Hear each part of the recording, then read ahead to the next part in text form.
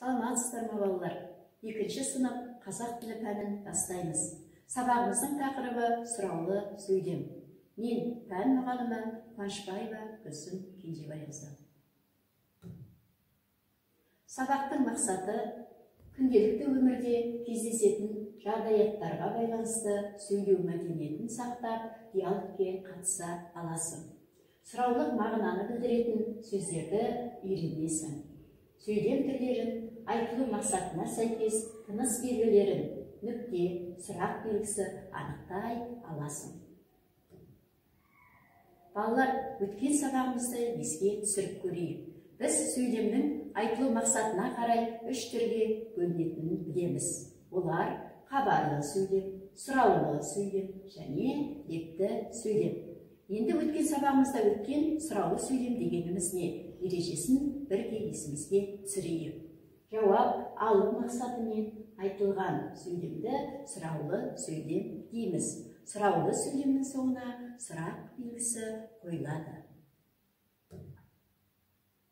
Осы ережеге сәйкес суреттер сөйлейді тапсырмасын орындаймыз. Сөйлейді тапсырмасында сурет берілген. Осы суретке қарап сіздер бірнеше сұраулы сөйлем құрастыруыңыз қажет. Іске сәт балалар.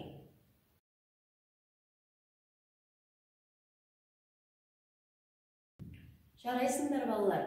Сендер сурет бойынша бірнеше сұраулы сөйлемдер құрастыра алды деген ойдамын. Олай болатын болса, мына сұраулы сөйлемдерге назар салайық. Сенің осы кім? Сен сабаққа дайынсың ба? Мерей қандай оқушы? Әли, тапсырманы орындадың ба? Оқушы сабақта қалай отыруы керек? Балалар, сендер құрастырған сұраулы сөйлемдерде дәл осындай болды деген сенімдемін. Жарайсыңдар. Олай болатын болса, енді оқулықпен жұмыс жасаймыз. Бірінші тапсырмамыз өлеңді тиісті дауыс ырғағымен оқы. Шегене деген немене? Соны білгің келе ме?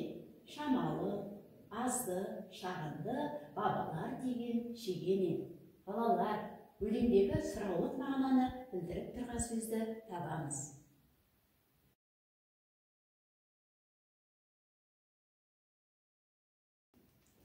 Тамаша балалар. Олай болатын болса, сіздер өлеңдегі сұраулық мағынаны білдіретін сөздерді таба алды деген ойдамын.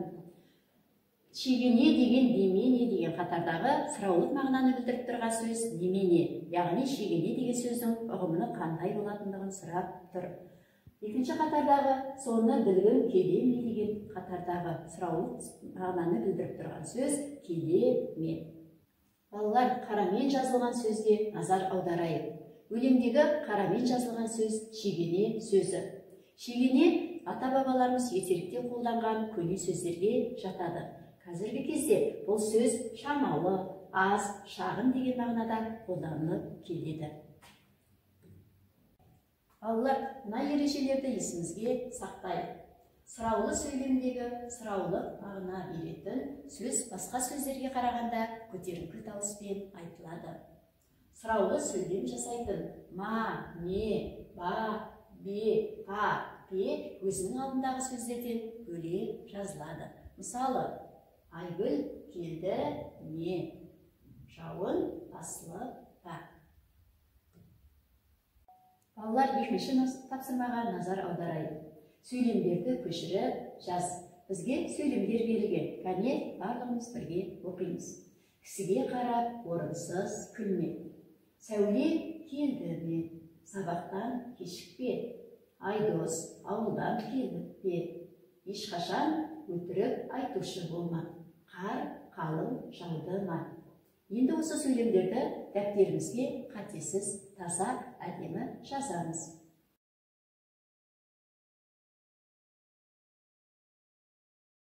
Жарайсыңдар балалар, сендер таза, әдемі, ұқыпты жазды деген ойдамын. Олай болатын болса, қарамен жазылған сөздерді салыстырып қорытынды жасайық. Қарамен жазылған сөздер күлме, келді ме, кешікпе, келіп пе, болма, жауды, ма. Балалар осы сөйлемдердегі келді, ме, пе, ма сөздері өзінің алдындағы сөздерден бөлек жазылған. Өйткені бұлар сұраулық мағына білдіретін сөздерге жатады. Енді осы сөйлемдерді сөйлемнің түрлеріне қарай сәйкестендіріп көрейік. Кісіге қарап орынсыз күлме, бұл хабарлы сөйлем. Сәуле келдірме, бұл сұрау мағынасында айтылғандықтан сұраулы сөйлем болады. Сабақтан кешікпе, бұл хабарлы сөйлем. Айдос ауылдан келіп пе, сұрау мағынасында айтылған, сондықтан сұраулы сөйлемге жатады. Ешқашан өтірік айтушы болма, бұл хабарлы сөйлем. Қар қалың жауды ма, бұл сұраулы сөйлемге жатады. Жарайсыңдар балалар, сендер хабарлы және сұраулы сөйлемдерді дұрыс ажырата білді деген ойдамын. Үшінші тапсырмамыз сызба бойынша диалогке түс. Балалар, бізге бірнеше сөздер берілген. Үйірмеге, сайысқа, қатысу. Осы сөздерді қатыстыра отырып диалог құрамыз. Жарайсыңдар балалар, сендер осы сөздер арқылы диалог құра алды деген ойдамын. Мерей, қандай үйірмеге қатысасың? Мен қазақ тілі үйірмесіне қатысамын. Әли, сурет сайысына қатысатын болдың ба? Я, мен сурет сайысына қатысамын. Сендер де осындай диалог құра алды деген ойдамын. Төртінші тапсырмамыз қалыптастырушы бағалау тапсырмасы. Сұраулы сөйлемді тауып, сызықпен қоршаймыз. Мерей, сен қайда тұрасың? Сенің үйіңнің жанында не бар? Әли, мен ауылда тұрамын. Менің үйімнің жанында дүкен бар. Балалар, осы сөйлемдердің ішінен сұраулы сөйлемдерді тауып қоршаймыз.